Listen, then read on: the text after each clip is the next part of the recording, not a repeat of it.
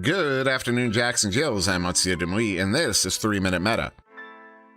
Bubble defense is going to be the final topic I cover in what I am calling the core of this series. This is not the end of 3 Minute Meta, but it is the end of this more structured and general section. Each new video in the series will be covering a specific aspect of strategy, going into a short deep dive or breakdown of why strategy did or did not work in a given scenario, or covering other topics that this first section did not, such as launch configurations or more specific plays in a given scheme. But with that out of the way, let's talk about bubble defense. The concepts behind bubble defense are fairly simple and straightforward. If the offense breaks through mid, drop back and defend the bubble. Once you're in the bubble, coordinate your coverage.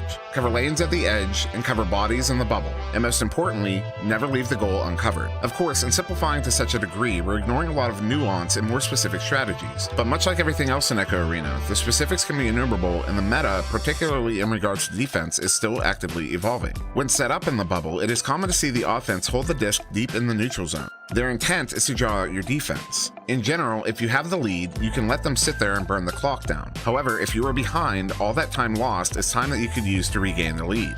If you decide to challenge the disc carrier, there are two general options, single or chain.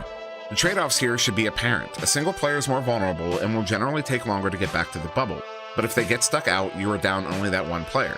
A chain, on the other hand, may be more effective and can get back to the bubble quicker, but if they get stuck out, you're down two players. Neither option is more ideal as a rule. It ultimately comes down to which option your specific team is better at executing or which option your specific opponent is more vulnerable to. If the offense is setting up just outside the bubble, commit your defenders to covering their shot lanes. In general, don't leave the bubble to cover the player, but rather stay inside the bubble while keeping your body between that player and the goal. As the offense starts sending players into the bubble, these players should be called or assigned and covered man to man. Be mindful of stunning here, as a poorly timed stun on your part could end up as a well-timed invulnerability on their part. If coverage is solid, the disc carrier may opt to drive in instead of pass. If a defender is going to dive at the carrier, they should be diving in the pass lane to the player they were otherwise covering. Alternatively, if the goalie decides to dive, whether at a diving player or a loose disc, the nearest defender should immediately rotate into the goal to cover for the goalie. There are many specific coordination and coverage options while defending the bubble. However, the manner in which you assign players to coverage is less important than simply coordinating those assignments.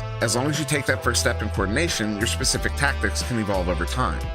So that's it for the core of 3 Minute Meta. It may or may not be a few weeks before the next part of the series continues, but it will return. I want to thank each and every one of you for taking the time to learn the meta of Echo Arena. This VR sport has become my passion, and your success is my success. The only way this sport becomes the thing we all want it to be is if we become the players we are all determined to become. So again, thank you for your interest in the Echo Arena meta.